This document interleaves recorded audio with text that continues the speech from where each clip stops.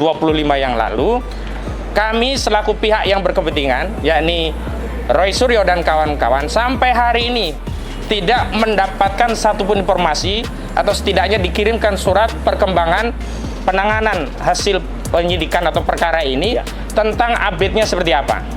Karena itu kami menegaskan bahwa sampai hari ini belum ada surat dari kejaksaan yang ditujukan langsung kepada kami atau setidaknya ditujukan kepada Polda Metro Jaya yang materi muatannya dikutip dan kemudian diterbitkan informasi itu ditujukan kepada kami tentang perkara ini. Sehingga kami tegaskan tidak ada atau belum ada satupun dokumen dari kejaksaan yang ditujukan kepada kami, termasuk kepada Polda, yang harusnya Polda juga punya kewajiban untuk meneruskan kepada kami tentang berkas perkara ini P21.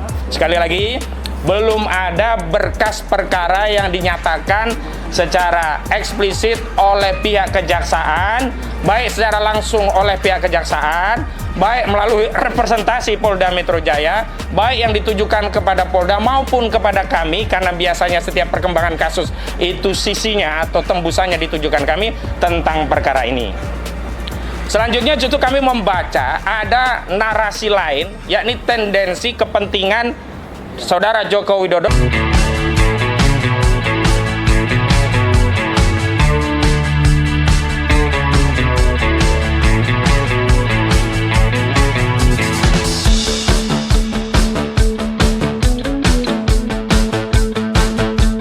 Bismillahirrahmanirrahim. Assalamualaikum warahmatullahi wabarakatuh. Waalaikumsalam. Terima kasih kami ucapkan kepada rekan-rekan media juga YouTuber yang sudah berkenan memenuhi undangan kami.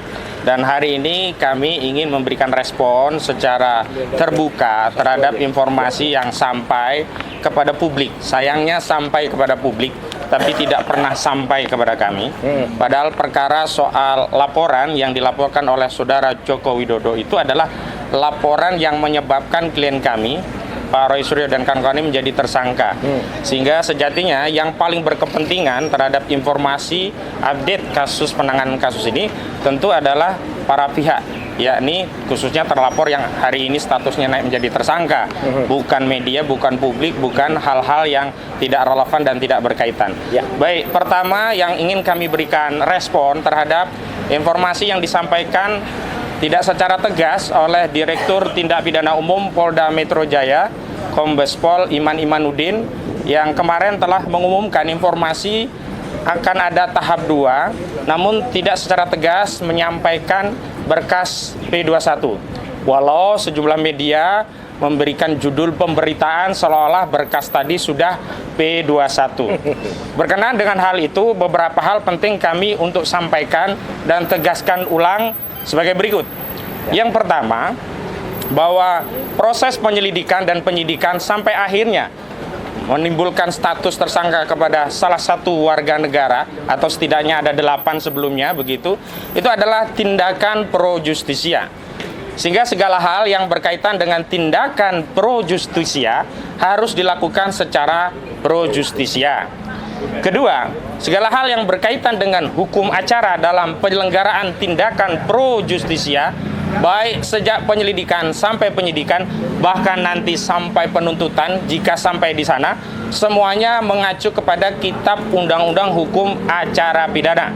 Dan dalam konteks hukum acara dalam Kitab Undang-Undang Hukum Acara Pidana, baik yang lama maupun yang baru, tidak ada satupun kewajiban bagi penyidik untuk menyampaikan informasi perkembangan kasus kepada publik, terkecuali apabila pihak-pihak yang berkenaan langsung dengan perkara atau memiliki hubungan kepentingan langsung sudah diberikan informasi demi keterbukaan bagi publik, maka tidak mengapa sebagai bentuk transparansi penyidik baik melalui pejabat yang terkait maupun representasi jabatan terkait, dalam hal ini misalnya divisi humasnya, itu bisa menyampaikan informasi perkembangan perkara kepada publik. Selanjutnya, justru dalam perkara penanganan kasus laporan Saudara Joko Widodo yang dilaporkan pada 30 April 2025 yang lalu, kami selaku pihak yang berkepentingan, yakni Roy Suryo dan kawan-kawan, sampai hari ini tidak mendapatkan satupun informasi atau setidaknya dikirimkan surat perkembangan penanganan hasil penyidikan atau perkara ini tentang update-nya seperti apa. Karena itu kami menegaskan bahwa sampai hari ini belum ada surat dari kejaksaan yang ditujukan langsung kepada kami atau setidaknya ditujukan kepada Polda Metro Jaya yang materi muatannya dikutip dan kemudian diterbitkan informasi itu ditujukan kepada kami tentang perkara ini. Sehingga kami tegaskan tidak ada atau belum ada satupun dokumen dari kejaksaan yang ditujukan kepada kami, termasuk kepada Polda, yang harusnya Polda juga punya kewajiban untuk meneruskan kepada kami, tentang berkas perkara ini P21. Sekali lagi, belum ada berkas perkara yang dinyatakan secara eksplisit oleh pihak kejaksaan, baik secara langsung oleh pihak kejaksaan, baik melalui representasi Polda Metro Jaya, baik yang ditujukan kepada Polda maupun kepada kami, karena biasanya setiap perkembangan kasus itu sisinya atau tembusannya ditujukan kami tentang perkara ini. Selanjutnya justru kami membaca ada narasi lain, yakni tendensi kepentingan Saudara Joko Widodo selaku pelapor yang mengintervensi kasus ini sehingga kasus ini dipaksakan untuk tahap P21, padahal secara prosedur telah banyak kritikan yang disampaikan kepada institusi penegakan hukum terkait penanganan kasus ini. Sampai terakhir kami kembali menegaskan sejatinya objek perkara ini sudah tidak ada, tidak relevan dilakukan penyelidikan atau penyidikan lanjutan. Karena apa? Karena pemberian restoratif justice kepada 3 tersangka sebelumnya, baik terhadap DHL, juga terhadap ES, dan yang terakhir terhadap RHS, itu menjadi penutup perkara ini karena penghentian perkara yang di ujungnya dikeluarkan surat SP3 itu berarti penghentian perkaranya, penyidikan atas peristiwanya. Sehingga kalau tetap dipaksakan bahwa dalihnya bagi yang di SP3 itu karena meminta maaf kepada Joko Widodo atau setidaknya sudah sowan ke Solo kepada Joko Widodo sehingga mendapatkan persetujuan diberikan SP3 oleh Saudara Joko Widodo, sekali lagi justru ini makin menegaskan bahwa hukum ada di bawah kendali Saudara Joko Widodo. Karena apa? SP3 atau tidak itu terserah kepada Joko Widodo. Semestinya kebijakan tentang SP3 itu bukan berkaitan dengan subjektivitas Saudara Joko Widodo, yakni aturan hukum yang mengatur berkaitan dengan penghentian perkara. Bahwa benar pemicu dari penghentian itu adalah adanya permohonan restoratif justice dari sejumlah tersangka, tidak keseluruhannya. Saya sebutkan saja, ada Egy Sujana, ada Damai Hari Lubis, dan juga ada Rizwan Hasiholan Sianipar. Akan tetapi ketika Saudara Joko Widodo telah meluluskan terjadinya SP3, maka SP3 tadi secara hukum berlaku secara keseluruhan bagi peristiwa yang dilaporkan. Lalu ada kemudian sanggahan yang menyampaikan bahwa ada peristiwa yang berbeda terhadap klien kami yang saat ini masih berstatus tersangka.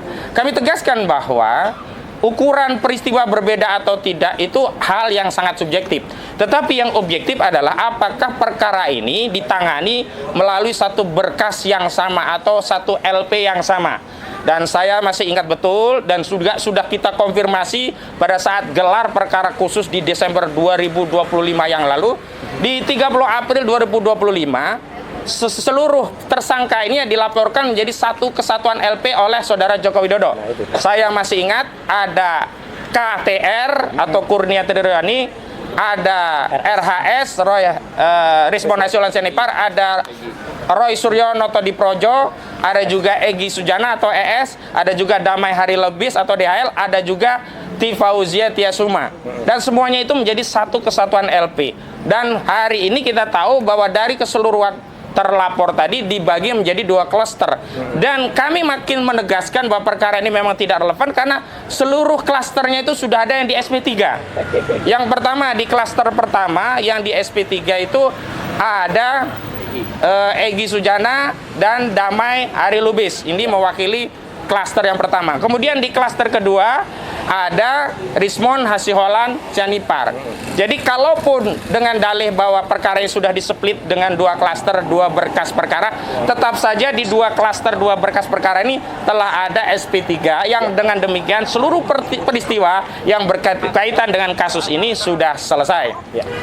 bahwa adapun jika saudara Joko Widodo masih ngotot ingin memenjarakan anak bangsa, ingin membuat orang itu jera, membuat penelitian tentang ijazahnya yang kemudian disimpulkan palsu itu sebagai sebuah tindak pidana, silahkan saja, tetapi prosedurnya harus diikuti. Artinya apa? Polisi harus membuat LP yang baru, Jokowi harus datang lagi ke Polda, semua saksi harus diperiksa ulang, semua ahli harus diperiksa ulang, dan kita tentu akan meminta ulang untuk dilakukan gelar perkara khusus. Dan yang paling penting yang kita minta dan sampai hari ini belum pernah dilakukan, yakni uji laboratorium forensik secara independen, di mana kami juga bisa mengakses proses itu. Karena hari ini gelapnya proses uji lab itu membuat apa yang dilakukan dalam penyidikan ini menjadi tidak kredibel dan tidak akuntabel. Selanjutnya, hari ini kita tahu banyak pihak-pihak dari kubu Jokowi yang kemudian sebelum ada informasi dari Direktur Tindak Pidana Umum Polda Metro Jaya Kombes Pol Imanuddin telah berulang kali memframing seolah kasus ini sudah P21, bahkan ada yang berani bertaruh dan seterusnya. Kami tegaskan bahwa segala hal yang berkaitan dengan perkara ini otoritasnya hanya ada pada institusi kepolisian atau yang diberi wewenang untuk itu, dalam hal ini Kabid Humas Polda Metro Jaya. Yang kedua, kami sudah menegaskan yang lalu, jika sampai ada informasi itu disampaikan dan ternyata nantinya selaras, ternyata ada P21, berarti ada pembocoran informasi tentang berkas penyelidikan pro justisia, dan ini merupakan pelanggaran hukum, bahkan bisa dikategorikan sebagai obstruction of justice. Kenapa? Karena justru informasi yang dibocorkan itu diekstensifikasi oleh kubu Jokowi untuk menakut-nakuti. Kami paham bahwa targetnya adalah supaya Pak Roy dan yang lainnya itu ikut memburu Solo untuk sowan minta maaf sebagaimana yang sudah dilakukan oleh 3 tersangka sebelumnya. Tapi ketika itu tidak dilakukan, mereka masih terus mencoba mengintimidasi, tentu dengan meminjam nama-nama orang-orang di sekeliling dari perkara ini, walaupun tidak berkaitan dengan perkara langsung, dengan harapan akan ada intimidasi secara psikologis dan secara hukum bahwa kalau tidak restoratif justice, tidak minta maaf, kalian akan dipenjara. Nah, sekali lagi, narasi di penjara secara berulang ini adalah narasi yang melanggar hak asasi manusia, melanggar kemerdekaan anak bangsa, yang sampai hari ini saya tegaskan, klien kami dalam posisi merdeka, bebas, belum ada satupun putusan pengadilan yang berkekuatan hukum tetap yang menyatakan klien kami bersalah. Sehingga tidak ada itu ya, narasi-narasi penjara itu bisa digunakan di ruang publik. Dan kalau memang benar narasi itu terus diulang-ulang, maka sekali lagi ini mengkonfirmasi memang saudara Joko Widodo punya niat jahat, ingin memenjarakan warga negara rakyatnya yang hanya bertanya tentang soal ijazahnya yang sebenarnya harusnya selesai pada 15 April 2025 lalu, yang saat itu dijawab oleh saudara Joko Widodo, kalian tidak punya wewenang untuk menanyakan ijazah saya tidak punya kewajiban untuk menunjukkan ijazah saya kepada kalian semua. Bahkan terakhir Joko Widodo menyatakan bahwa dirinya telah dihinakan sehina-hinanya dan direndahkan serendah-rendahnya. Justru yang membuat Joko Widodo terhina sehina-hinanya, rendah serendah-rendahnya adalah sikap pengecut dari Joko Widodo yang tidak negarawan, tidak kunjung menunjukkan ijazahnya, bahkan belakangan ya dari PDIP pun sama membuat narasi bahwa sebaiknya saudara Joko Widodo ketimbang keliling ke seluruh Indonesia untuk kampanye soal PSI, lebih baik menunjukkan ijazahnya. Jarod Saiful Hajat mengatakan demikian, Megawati Soekarno Putri sebelumnya juga sudah menyatakan demikian, Pak Yusuf Kalla juga sudah menyampaikan demikian. Bahkan saudara Joko Widodo kalau masih punya malu, seharusnya dia malu semalu-malunya. Karena apa? Ada Asrul Sani yang memberikan contoh secara praktis, di mana Hakim MK Asrul Sani ketika didera isu ijazah palsu, dia tunjukkan ijazahnya, perkara selesai. Dan yang paling akhir sebelum nanti dari Pak Roy dan yang lainnya, bahwa hari ini selain merespon dari apa informasi yang disampaikan ke media yang harusnya itu sampai kepada kami dan kami tidak pernah menerima informasi itu, nanti juga kami sampaikan bahwa klien kami hari ini melakukan apa yang disebut dengan WL. Dan WL ini adalah bagian dari yang kami sinyalir tidak profesionalnya penegakan hukum di kasus ini, karena melakukan perlakuan yang berbeda, tebang pilih tebang. Pada Firly Bahuri sudah status tersangka bertahun-tahun tidak pernah ada kewajiban wajib lapor. Sementara kepada Roy Suryo dan kawan-kawan sampai hari ini diminta terus WL. Nah, ini yang paling penting.